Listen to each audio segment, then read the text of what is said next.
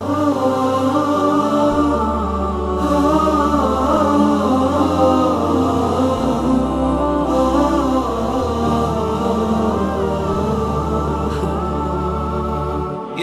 فؤادي كلما ذكر الحبيب ترنما، ذاك الذي رب العلا صلى عليه وسلم، نبي رب العالمين الصادق الهادي الأمين، الطاهر الدمث الذي للحق صار معلما، للحق صار معلما. ذاك الذي رب العلا صلى عليه وسلم، صلى عليه وسلم.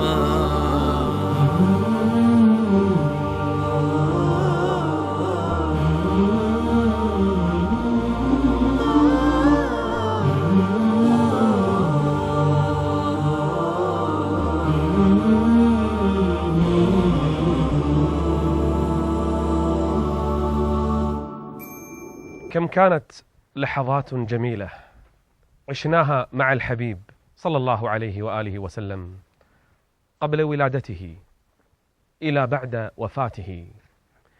كانت ولادته خيرا للبشرية جمعاء، أعظم ميلاد ميلاده، وأسهل ولادة كانت ولادته. الله أكبر يوم ولد محمد. الأرض فاضت بالضياء لما أتى خبر السماء، الأرض فاضت بالضياء لما أتى خبر السماء. ولد الحبيب محمد، ولد النبي محمد، فإذا الدنا قمر أضاء.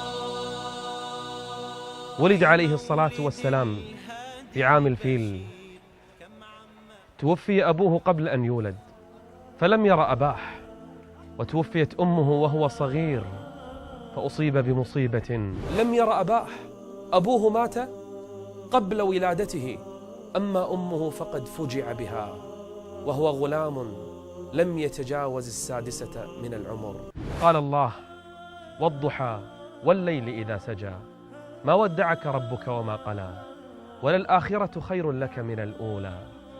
عاش في حياته بعيدا عن الذنوب والفواحش والمنكرات، فقد عصمه الرب عز وجل حتى قبل البعثة، فلم يشرب خمرا ولم يأتي فاحشة ولم يسجد لصنم، فقد حفظه الرب. كان قبل البعثة يختلي بغار حراء مع ربه عز وجل، يتفكر في الخلق ويتعلق قلبه بالله جل وعلا. نزل الوحي على الهادي محمد، وهو في الغار وحيدا يتعبد، حينها ناداه جبريل بإقرأ، وبها قد سطع الدين الممجد. بعث، فلما بعث كان مبعثه رحمة للبشرية، وما أرسلناك إلا رحمة للعالمين. صبر في تبليغ دعوة الله عز وجل، كم أوذي وتحمل. لما أمره الرب عز وجل بالجهر قال: أيها الناس إني نذير لكم بين يدي عذاب شديد. ضرب، شتم، قالوا عنه ساحر، اتهموه بالجنون، وصفوه بالكهانة، قالوا إنه يهذي وكلامه شعر، واختلقه من أساطير الأولين. خنقه أشقى القوم فما أيس وما توقف. ضرب ورموا على ظهره سل الجزور، عذب أصحابه وكان يصبرهم، قتل أحبابه وكان يبشرهم بالجنان. جلد، تجويع، ضرب، سحل، حتى أن الواحد منهم كان يوضع في الرمضاء جائع يقتله الجوع والعطش لا يبالون، يجلد الناس جلدا ولا يبالون. بل كان بلال رضي الله عنه ويملكه أمية بن خلف كان يأمر الصبيان فيضع حبلا حول رقبته. رقبة من؟ بلال رضي الله عنه. خرج بأبيه وأمي من أحب البلاد إليه، فارق موطنه في أخطر رحلة في تاريخ هذه الأمة إلى المدينة، جلس في الغار أياما والكل يتبعه لقتله. ووقف الفرسان عند غار ثور والنبي في الداخل وأبو بكر في الداخل، فحزن أبو بكر. حزن على من؟ خاف على رسول الله صلى الله عليه وآله وسلم، فقال: ما لك يا أبا بكر؟ قال: لا شيء، لو نظر أحدهم إلى قدمه لرآني يا رسول الله. رافق صاحبه إلى المدينة، فلما وصل إلى المدينة أنار في المدينة كل شيء. كالنور في جنح الظلام جاء الحبيب إلى الأنام، هديا يضيء دروبهم وكأنه بدر السماء. كالنور في جنح الظلام جاء الحبيب إلى الأنام، هديا يضيء دروبهم وكأنه بدر. وأمره الرب عز وجل بالقتال والجهاد في سبيله.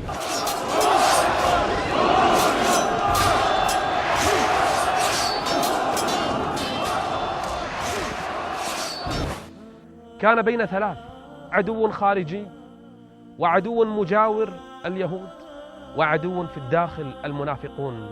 ومع هذا نصره الرب عز وجل. خرج في أول معركة بدر بعدد قليل، كانوا أذلة، لكن الرب نصرهم. وما رميت إذ رميت ولكن الله رمى.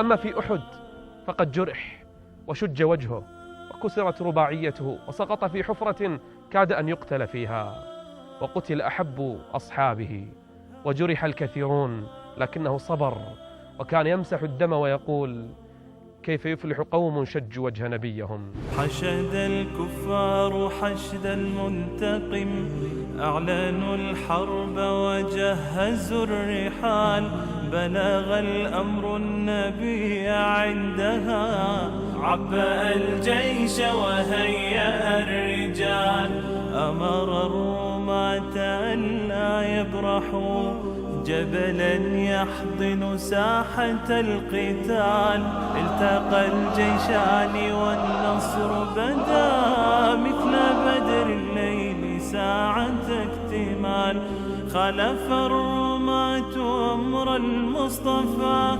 جلهم خالف والحرب امتثال، بدل الحال وخير الخلق في ذلك الموقف يرمى بالنبال، هجم الحبيب شج رأسه، دمه الطاهر فوق الوجه سال، هجم الحبيب شج رأسه، دمه الطاهر فوق الوجه سال، والبطولات تجلت حوله، فغدا كالطود ما بين الخندق أصابهم الجوع والخوف والهلع، ونقض اليهود عهدهم، وأثار المنافقون القلاقل بين الصفوف، وشككوا الناس بوعد النبي وهو يعدهم بكنوز كسرى والروم. من بعد ما زلزلوا زلزالا شديدا، أعطاهم رب السما نصرا أكيدا. فصبرهم في غزوة الأحزاب لن ينسى، فقد أعطى لنا مجدا تليدا. خرج معهم في الحديبية، وعدهم بالعمرة، لكن قريشا منعوه، وبايع أصحابه بيعة الرضوان. رجع من الحديبية، فتح خيبر بأبيه وأمي صلى الله عليه وآله وسلم. الله أكبر، فتحت خيبر.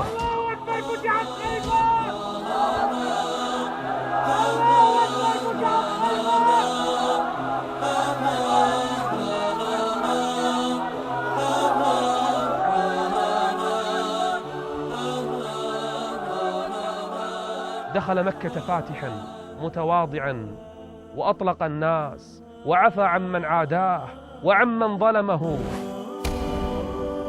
يا فتح مكة يا فخر كل الأمجاد، يا مجدنا يوم العرب ما لها مجد. فتح النبي المصطفى، فتح الأسياد، فتح الحجاز اللي تنسى معنا. يا فتح مكة يا فخر كل الأمجاد، يا مجدنا يوم العرب ما لها مجد. فتح النبي المصطفى، فتح الأسياد، فتح الحجاز اللي تساوى مع نجد. فتح الحجاز اللي تساوى مع نجد. كل الملائكة. خرج مع الناس إلى تبوك، وأرسل أصحابه إلى مؤتة، فقتل أحب الناس إليه. مؤتة الإباء والصحاب الصالحين قدوة لنا وسوف نبقى مسلمين. عندما استشهد زيد انبرى جعفر نحو لواء المسلمين، يحمل الرايات حتى قطع ساعداه من سيوف الطامعين. ثم من بعده عبد الله لم يعص ما أوصى به الهادي الأمين. ثم من بعده خالد أتى سله الله لنصر المؤمنين. هكذا عاش عليه الصلاة والسلام، علم الناس الدين، قرأ عليهم القرآن، ذكرهم بالسنة، علمهم الحلال والحرام. يقول: ما من شيء يقربكم إلى الجنة إلا أمرتكم به، ولا شيء يبعدكم عن النار إلا نهيتكم عنه. تركتكم على المحجة البيضاء ليلها كنهارها، لا يزيغ عنها إلا هالك. ثم لقته منية ربه عز وجل، وجاء يومه إنك ميت وإنهم ميتون. أعظم مصيبة على وجه هذه الأرض للمسلمين موت محمد صلى الله عليه وآله وسلم. لما مات أظلم في المدينة كل شيء. أغمض عيونك يا حبيبي، واصعد كنهر من طيوبي، وانشر عبيرك في سماء الله من مسك وطيب. أغمض عيونك يا حبيبي، يا حبيبي، واصعد كنهر من طيوبي، وانشر عبيرك في سماء الله من مسك وطيب. واترك عيون الناس تهمي كالغمام على الدروب. صلى عليك الله يا من كنت نورا للقلوب. واترك عيون الناس تهمي كالغمام على الدروب. صلى عليك الله يا من كنت نورا للقلوب.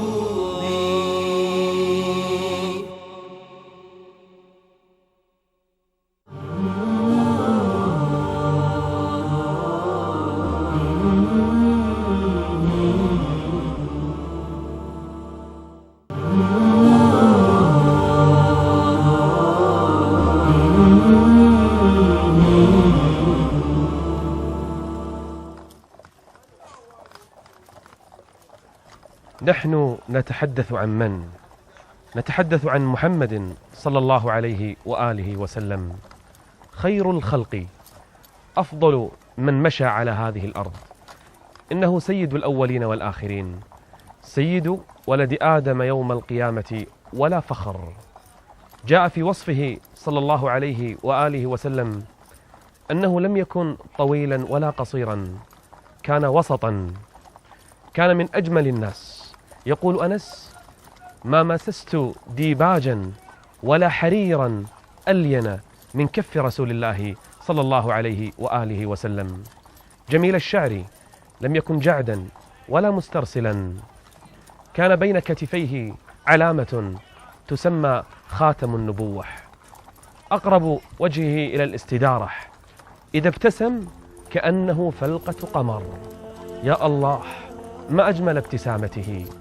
يقول أحد الصحابة: ما رآني رسول الله إلا متبسما، كان بساما كثير الابتسام، إذا ضحك أحيانا بدت نواجذه ولا يرتفع صوته، كان أصحابه حوله يجتمعون فيضحكون ويبتسم، وجهه جميل يصفه الناس بأجمل الأوصاف، في عينيه احمرار قليل، إذا رأيت عينيه كأنه أكحل ولم يكتحل، واسع الجبين، لونه أبيض ليس بشديد البياض، بل كان أجمل الناس خلقا.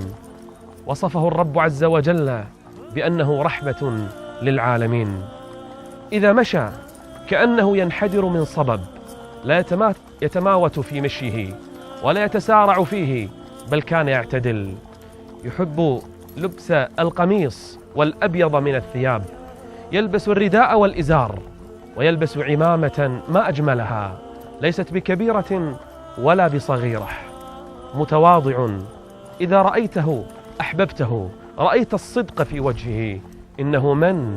إنه أحب الناس إلى الله جل وعلا، إنه خاتم الأنبياء والرسل، إنه محمد صلى الله عليه وآله وسلم.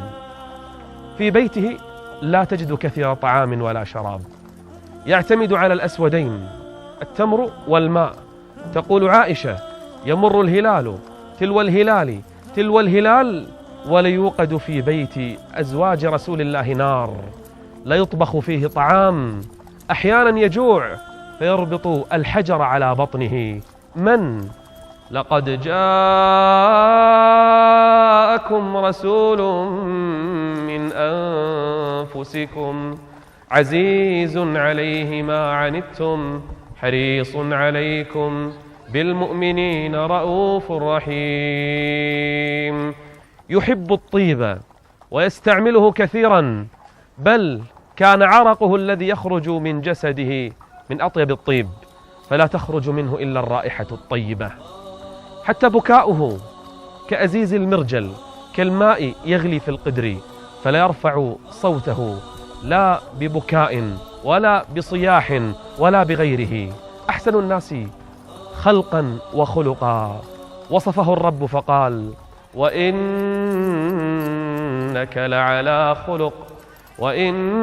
لعلى خلق عظيم. يحب الخلوة والاختلاء بربه جل وعلا، كان كثيرا ما يقوم الليل، بل كل لياليه كان يقومها، يقوم الليل فيبكي، فيأتيه بلال ينظر إليه صلى الله عليه وآله وسلم يبكي، يقول: يا رسول الله، تفعل هذا بنفسك وقد غفر الله ما تقدم من ذنبك وما تأخر. فيرد على بلال ويقول: يا بلال، أفلا أكون عبدا شكورا. ثم قال لبلال: قد أنزلت علي الليلة آيات ويل لمن قرأها ولم يتفكر فيها، إن في خلق السماوات والأرض واختلاف الليل والنهار لآيات لأولي الألباب.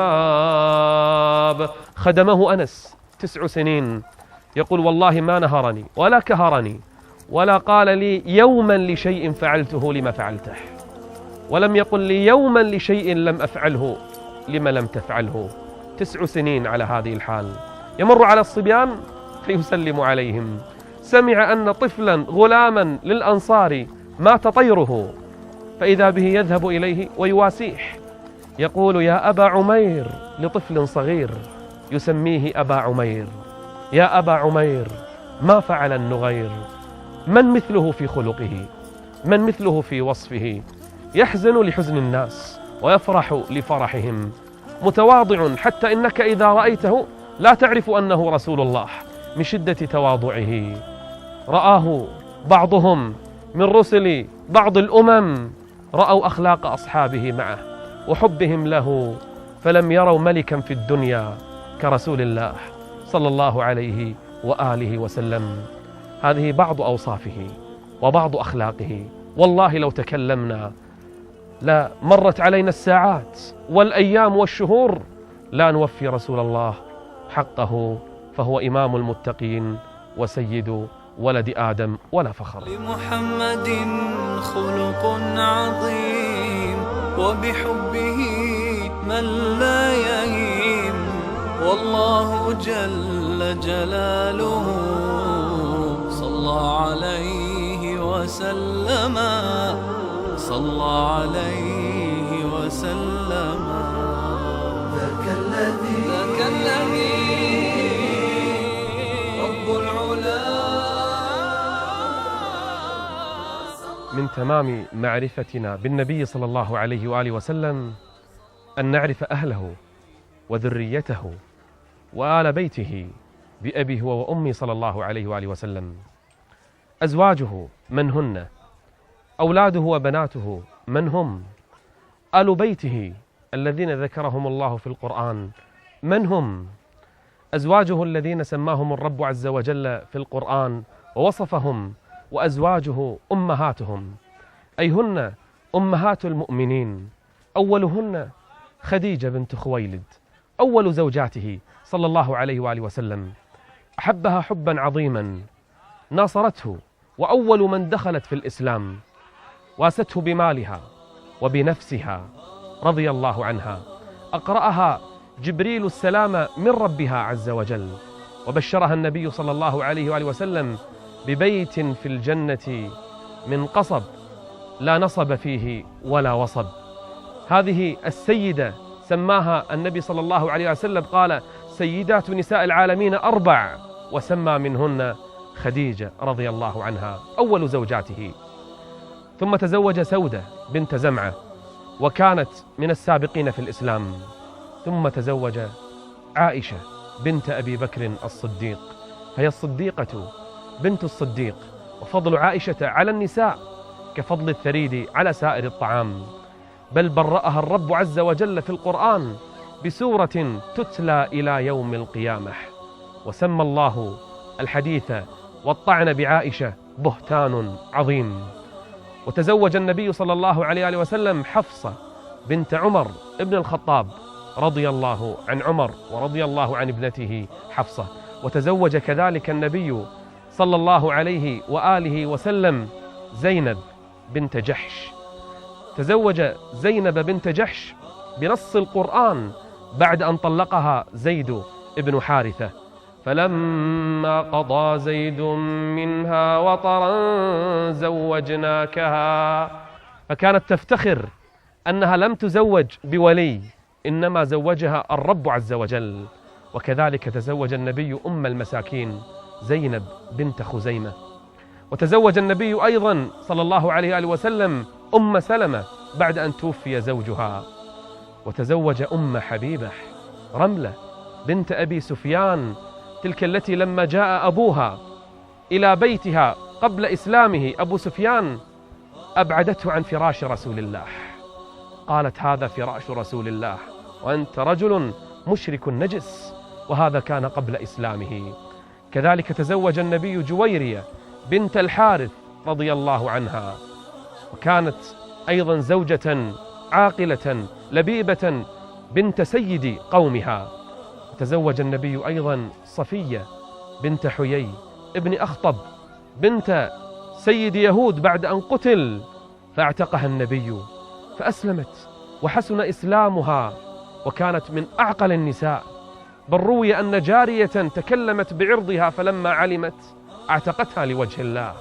وكذلك تزوج النبي آخر زوجاته ميمونة بنت الحارث.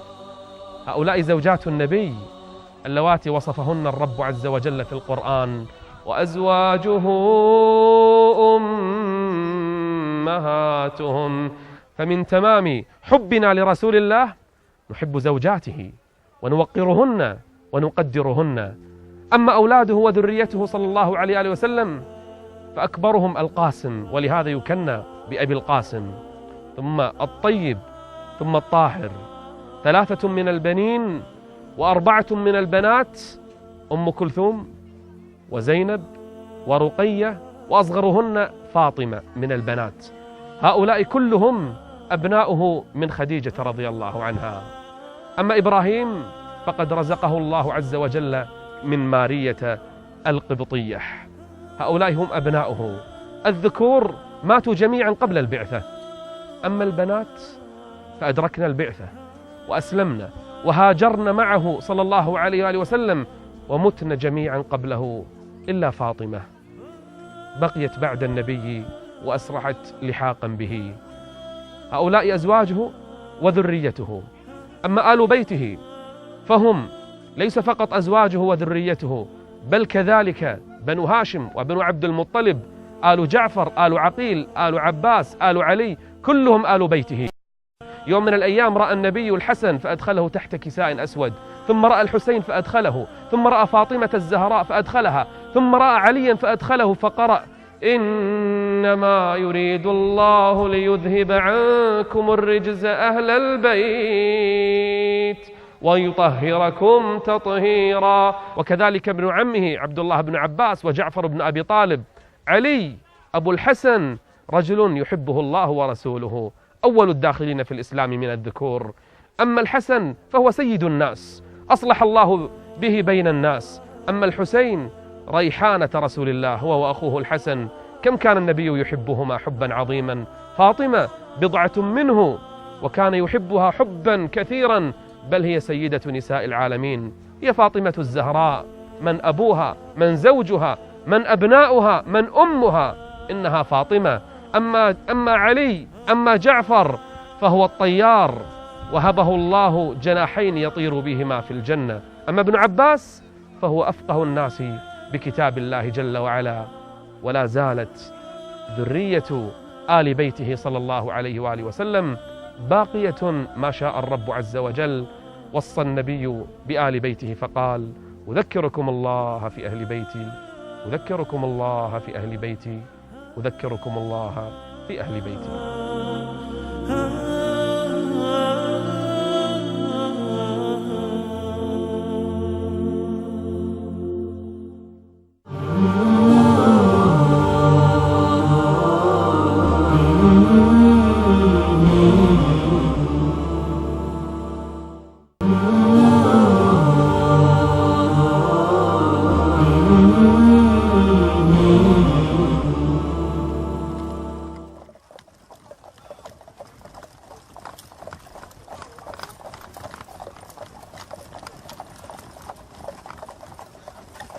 كلنا نحبه صلى الله عليه وآله وسلم. لم لا نحبه وقد قضى حياته كلها في سبيل هذه الأمة، لإنقاذ هذه الأمة، لآخر عمره وهو يجاهد في سبيل الله، لإخراج الناس من الظلمات إلى النور.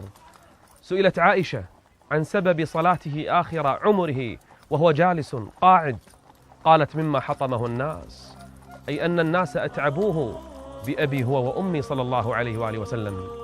رأته ليلة يصلي الليل فبكى فاشتد بكاؤه، حتى إذا سجد قال: اللهم أمتي أمتي، اللهم أمتي أمتي.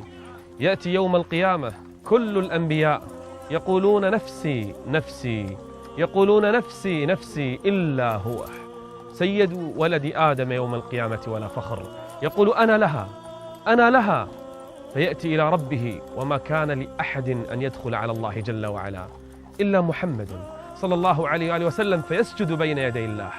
فإذا رفع رأسه يقول الرب له: يا محمد سل تعطح، واشفع تشفع، فلا يقول إلا اللهم أمتي أمتي، اللهم أمتي أمتي.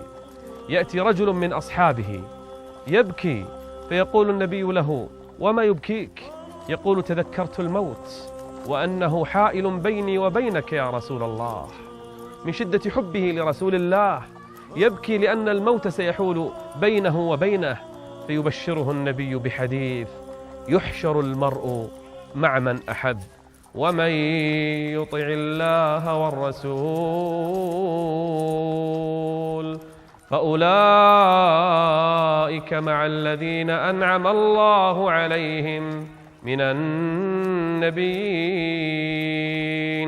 يستقبل أمته يوم القيامة عند الحوض ليسقيهم صلى الله عليه وآله وسلم، فإذا رأى الملائكة تذود بعض الذين أحدثوا في دينه ينادي فيقول: أصحابي أصحابي إلى يوم القيامة، وهو لا يبالي إلا بأمته. لم لا نحبه وقد ضحى بكل شيء من أجل هذه الأمة؟ حبه ليس كلاما يقال ولا شعرا ينثر، إنما حبه باتباعه وتصديق حديثه، الائتمار بأمره والانتهاء عن نهيه. وما آتاكم الرسول فخذوه وما نهاكم عنه فانتهوا. إن الإنسان منا لو أحب أي شخص في الدنيا لقلده ولاتبعه، حتى في هيئته، حتى في لبسه، حتى في شعره، حتى في كلامه، فكيف بمن يحب النبي صلى الله عليه وآله وسلم؟ ألا يحق له أن يتبعه؟ ألا يحق له أن يستنى بسنته؟ كل أمتي يدخلون الجنة إلا من أبى. هناك جزء لا يريد دخول الجنة. قال: ومن يأبى يا رسول الله؟ قال: من أطاعني دخل الجنة ومن عصاني فقد أبى. نتبعه في صلاته، في حجه، في صيامه، في ذكره، في قرآنه، بل في مشيه، حتى في نومه، حتى في أكله، حتى في شربه، فهو أشرف الناس الذين وصفهم الرب عز وجل في القرآن: وإنك لعلى خلق عظيم. هكذا نحبه، ولهذا نطيعه ونتبعه حتى نلقاه عند الله عز وجل عند حوضه نشرب شربة من يديه الشريفتين لا نظمأ بعدها أبدا.